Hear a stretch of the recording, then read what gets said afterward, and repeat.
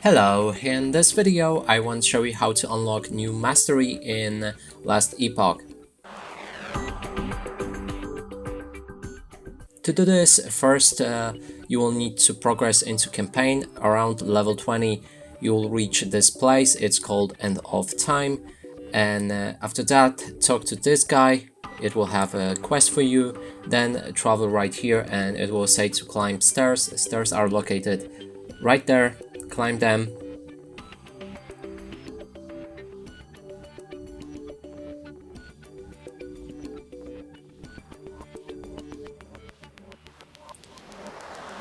And then finally talk to that guy and he will allow you to unlock your mastery.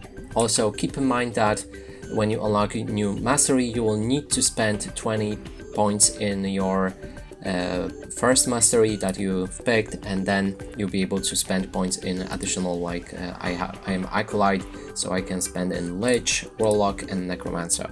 And that's it for this video. Hope you like it. Please consider subscribing to our channel, leave a like and a comment below.